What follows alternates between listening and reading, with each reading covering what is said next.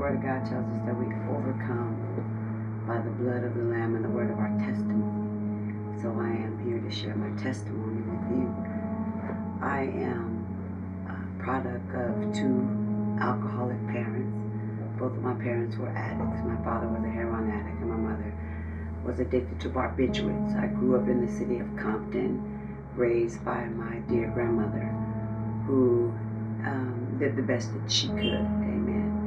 I didn't grow up in a home that was impoverished and there was no lack. I was never hungry, nor did was I ever homeless. As a child, my grandmother took really good care of me. I wore the best of clothing. She took excellent care of me. I was a child actress. I did a couple of commercials as a child, and tap danced and voice lessons and all of those things. But there was an element that was missing from my childhood, and that element was called love.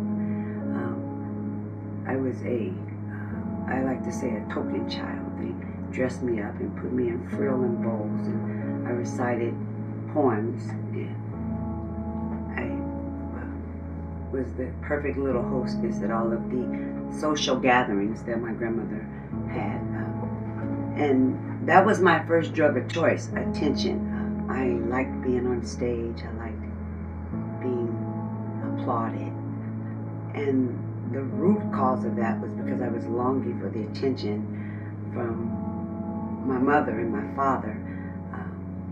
My mother wasn't in the home. She was there occasionally, but usually coming off of a run. She would come home and sleep off the drugs, and she'd get dressed and go back out. She was a young mother. She was 17 years old when she had me, so she was still a teenager. My grandmother took over the parenting role. I remember as a child seeing a lot of things, a lot of violence and hostility around me. My mother had a twin sister, and they wanted her to stop and raise her children, and she would fight and become violent. And I remember her having a couple of suicide attempts. I remember my grandparents trying to protect me from those things. But I found an escape from all of that in school, and I excelled in school. I was an honor student, and all of the teachers boasted about my ability. They often came to my home and talked to my grandmother about my intelligence level, and they always wanted to put me in some event. They wanted me to speak or be in orator competitions and all of these great things. But I had another plan. My paternal grandparents were pastors, and so I was forced to go to church as a child. I had to go to church every Sunday, and I grew up in the church, working in the church, singing in the sunshine band and the choir, and reciting scriptures and all those things. And as soon as I was able to say I didn't want to do that anymore, I ran away from it because of the things that I saw occurring around me. My grandfather was a pastor, a humble man. My grandmother, who was the first lady, was an alcoholic. So there was a lot of things going on around me that confused me and swayed me away from the church. Again, I'm looking for attention. I ran to the streets for the attention. I was living a double lifestyle. I was amazing student and ideal granddaughter at home, and when I got to school I was gangbanger, fighting, thugged out, and I was a chameleon. You could put me on red and I'd turn red. You put me on green, I'd turn green. I did whatever I needed to do to fit in and to be accepted, and that behavior went with me everywhere I went until I found solace in Jesus. I started to drink alcohol. One day I was cleaning up for my grandmother after one of her social parties, and I found myself pouring all of the remnants of the party attendees in one cup, and I poured all the remaining alcohol in a cup, and I put it up under the bed for later. And I was like, every time they drink this, they're happy, and maybe if I drink this, I find happiness. I drank it when they went to sleep, and there was a warm, fuzzy feeling that came over me, and I felt like I'd found my escape. And I started to drink. My drinking career started then. I would outdrink most of my friends. I would spend time on the corners with my game banger friends. We would drink and put in on 40 ounces, and I could outdrink all of them. And at the end of the day, I was always the one left remaining saying, why was everybody going home? Why weren't we pitching in to get more? I wanted to drink the pain away, drink the inadequacies away. And so I found myself addicted to alcohol. I ended up smoking marijuana, graduated from marijuana, didn't like the way it made me feel, and got with some other cousins, and I started to smoke PCP. I thought I had found my niche in PCP. I was at a Bootsy Collins concert one time, and someone passed an Angel Just joint to me, and one more time, like I did with alcohol, I had arrived. I hit that thing and I found my release. PCP took me out of my mind. I was no longer present in this place. I just wanted to disappear. I wanted to be away from the pain. My mother was still running rampant. My mother was, still absent, and we were still, my siblings now, we were being shipped off to different relatives, and it was just chaos all around me. So I drowned my sorrows in drugs and alcohol. I ended up finding what I believe to be love in a man who was 23 years old. It was Michael Lynn Wright, and he loved me. I knew he loved me because he was so jealous that he beat me. See, I had saw so much of that with my own mother. I thought that if a man loved you, he hit you. He abused you, because love made you go crazy for the one you love. You loved them so much that you didn't want anybody else to have them, so you just beat them. And that was what I learned. We have to be careful what we condition our children to do, because that's what I believed love was. And this guy was abusive to me. He was extremely jealous, and he would come to my school, stand by the gates, and if I went to school and he saw me talking to a classmate, he'd beat me up, and I would, I wouldn't tell, because if I told them, they would pull me away from him. And he was the only person in this world that really loved me. One time in particular, my older cousin was tired of me going through the abuse, and she gave me this really big lecture about it, and she said, I'm going to introduce you to another young man. So she introduced me to a young man, and I was over her house talking to the young man, and the guy that I was the abuser came over there. He saw me talking to him. He called me outside. He put a gun to my head. He took me around the corner. He raped me, and he left me naked for dead behind a church. And once he found me, a lady found me the next morning unconscious. They took me to the hospital, and by then, at that time when we were living back with my mother had went to a treatment program, got herself together for about a year. So all of the children were back in the house with my mother, and she had relapsed. But this time I was determined to keep my siblings together, so I never told that my mother relapsed. I just did what I needed to do to take care of my siblings. I was working at McDonald's folding Big Mac boxes, and I was babysitting, doing what I needed to do to provide for my siblings, because I didn't want us to be separated again. So he beat me, and his family hid him in Louisiana. The police were looking for him at the time. And I need to tell you that about 3 weeks later, I ran away from home, and I married that man. I married him because they didn't understand. He was the only person in the world that loved me. I ran away to Louisiana and married him. And I stayed with him in Louisiana for 8 months. And for 8 months, he beat me every day for 8 months. He was very insecure and very jealous, and one day I just got really, really tired of it. I was afraid that I was going to die, so I waited until he was in one of his drunken stupors, and I cut the bottom of his feet with razor blades, and I sprinkled salt, ice cream salt, on the floor, and I hit him in his face, and he jumped up in the salt. And while he was screaming, I was running for my life. And I remember a neighbor sent me on the bus, put me on the bus and sent me back to California. When I came back to California, I had had enough. My life was going nowhere. I grasped what I could muster up of hope for my life, and I went to the military. And I went to the Army, and but the sad thing is that I took me with me. I did a geographic, and I took me with me. I went away to the military, but my mother had taught me something when I was a little girl. She told me that if I let a boy hold my hand, that he would give me his lunch money, and that I was sitting on a gold mine. As a girl, I could write my own tickets. I took that behavior with me in the military. So here I was, a very promiscuous young lady in the dorm with 32 young men with checks.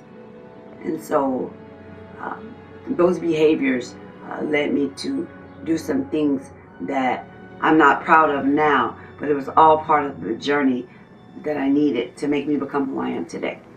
I excelled in the military after a couple of run-ins with the military police. I took my gang-banging attitude with me, and I was banging on the drill sergeants and refused to get in line. They put me in a place called the Military Adjustment Unit, and shortly after I got in line, I went away to Germany.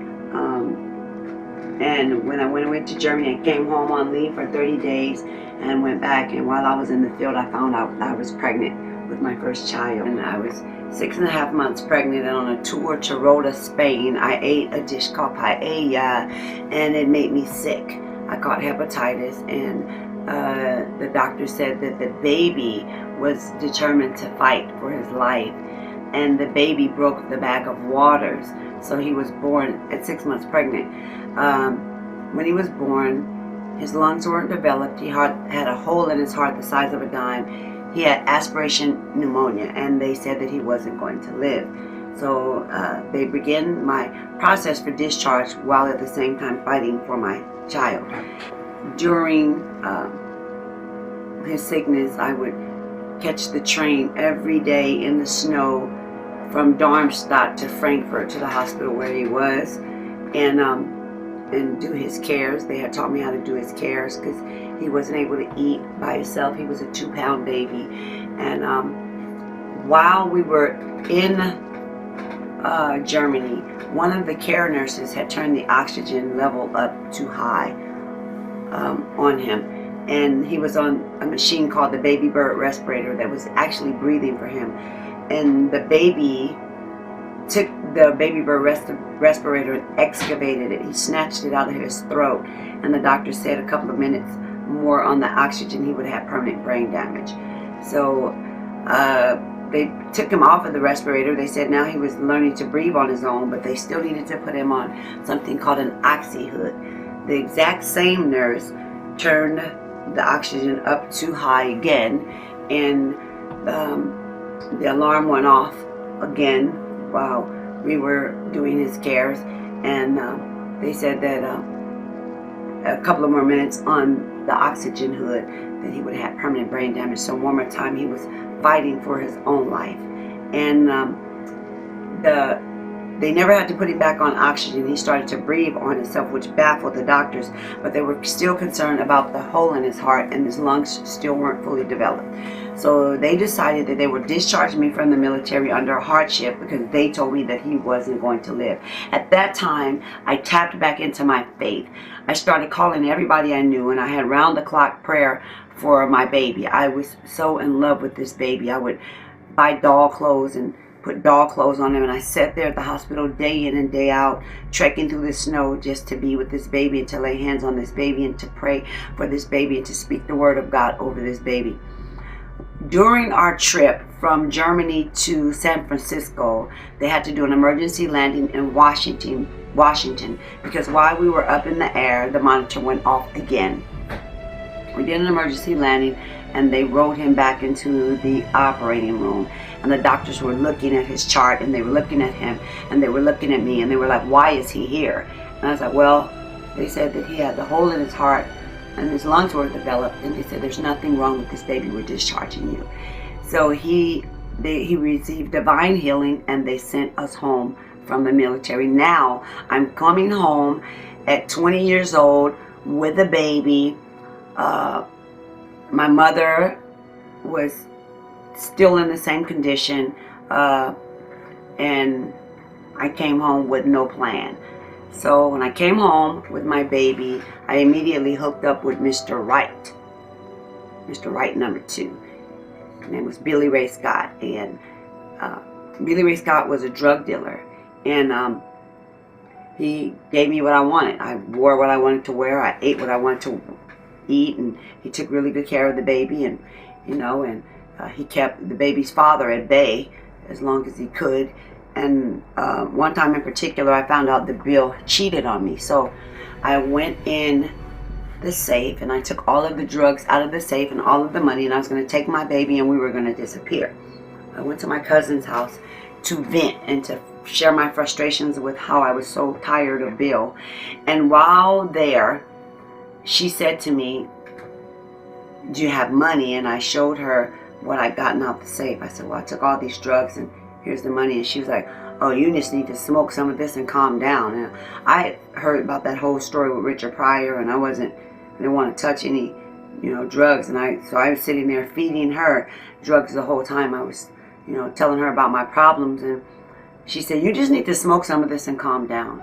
And she gave me my first hit of cocaine, and I hit it, and it was over. My life ended. My life spiraled right before my eyes. I had arrived. I had found the thing that would make me feel better, the thing that would take away all my worries and my pain. So for the next 4 years, I smoked crack cocaine.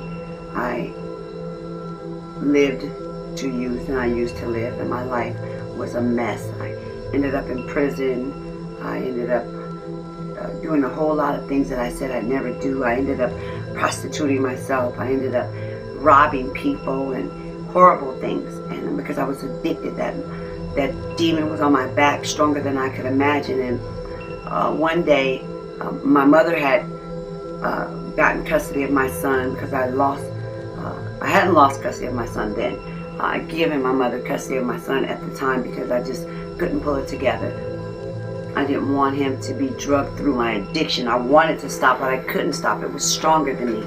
And so my life was just a shambles. And one day in particular, my mother had some business to take care of. She asked me if I would watch my son for a couple of hours. And I said I could do that. So I stayed home with my son. And one of the people that I used to use drugs with came to my house. And when he came to my house, I asked the neighbor if my son could play with their son while I went to the store. That was about 1 o'clock in the afternoon. When I returned at about 11 o'clock that night, my son was in the back of a police car, and they were taking him away. And I'll never forget that look on his face, that look of desperation, that look of pain, that look of confusion is what changed my life.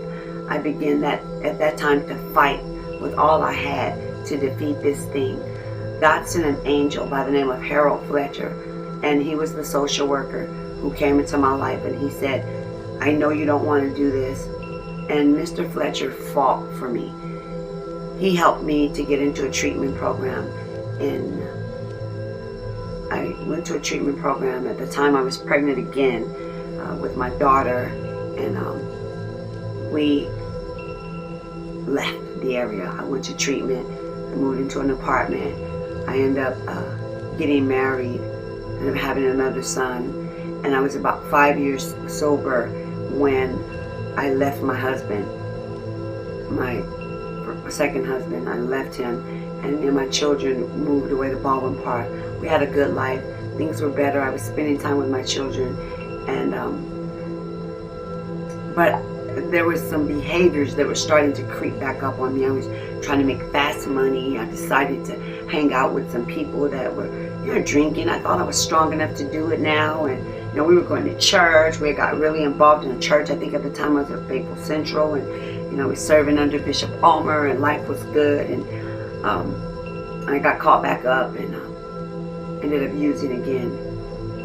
And I used for about a year, pulled it back together, relapsed again after another 5 years, ended up doing some more things in my life. It got worse every time, and it got harder to come back every time. And this last time, which was in 1999, I was functioning. My kids never knew anything was wrong. They went to school every day. They still wore what they wanted to wear. They were eating good. We had a nice place to live. I had a car, but I was bankrupt spiritually. I had the guilt of the lifestyle that I acquired was consuming me, and I knew that there was a God. I knew that I had to find that God again, that God that gave everybody else peace, that God that gave everybody else hope. I cried out to him like never before. And my son was starting to go to church at the time, and he invited me to church with him. I went to church with him, and I've been serving the Lord ever since. I went there, and that experience with that church almost ran me away from the house of God. It was a church of scorn and criticism and Pharisee spirit, but it taught me how not to be in ministry. God had an angel strategically planted at that church for me. I believe that God sent Ronald Smith and Sister Smith to that church for me, that they saw something in me that I hadn't been able to see in myself. They encouraged me to walk in the gift and the anointing that God had called me to. I started to minister to women that had been through what I've been through. I started to go out to the streets and evangelize by myself. And I ended up going into minister's training class. Stayed in that minister's training class for a year, and then there was a spirit of evangelism that overtook me like never before. I was determined to pay this God that saved me, that gave me my life back. I was determined to pay this debt to him, and I've been serving him ever since. I ended up going to school. I was working 2 jobs and going to school, trying to give my children a better life. I pursued my associate's degree in psychology, and I went to school for chemical dependency counseling. I ended up going to UCLA, got my bachelor's degree in psychology, and I started working in the human services field. I've been working in the human services field for the past 14 years, and now my life has taken an amazing turn. God did for me what I couldn't do for myself. He did what he always promised to do. He said if we would just cry out to him, that he would be there, that he would change our life, that he would transform us. I surrendered my life to him, and now my life is not my own, but belongs to him who purchased me. He sent me a husband 10 years ago, my 7th grade friend. And when my husband came into my life, my family and I have been on the battlefield, working as a family in ministry, as a dance ministry, slaughterhouse ministries, crump ministry. My son started bringing children that were from broken families home, and I would mother them, and we ended up doing the documentary Rise, and from that we were just a family that was sold out for not only evangelism and helping repair broken families, but for seeing God show up for people that had no hope. And we are a ministry that is dedicated to empowering hope and bringing love and the Spirit of God to broken, downtrodden families and youth, restoring families, and rebuilding lives. And God has charged us to do it, and it's not something that we do boastfully, but we do it because necessity has been laid upon us. We do it because God did it for us. He delivered us from a life that could have been a life of tragedy. Statistically, we should be somewhere in asylums, somewhere gangbanging, somewhere in prison, but God rewrote the story. He is the author and the finisher of our faith, and he is still writing the story. We are now traveling as a family nationwide to carry a message of power, a message of hope, and a message of love for Jesus the Christ, the Holy One, the one we owe it all to. Thank you for letting me share my testimony.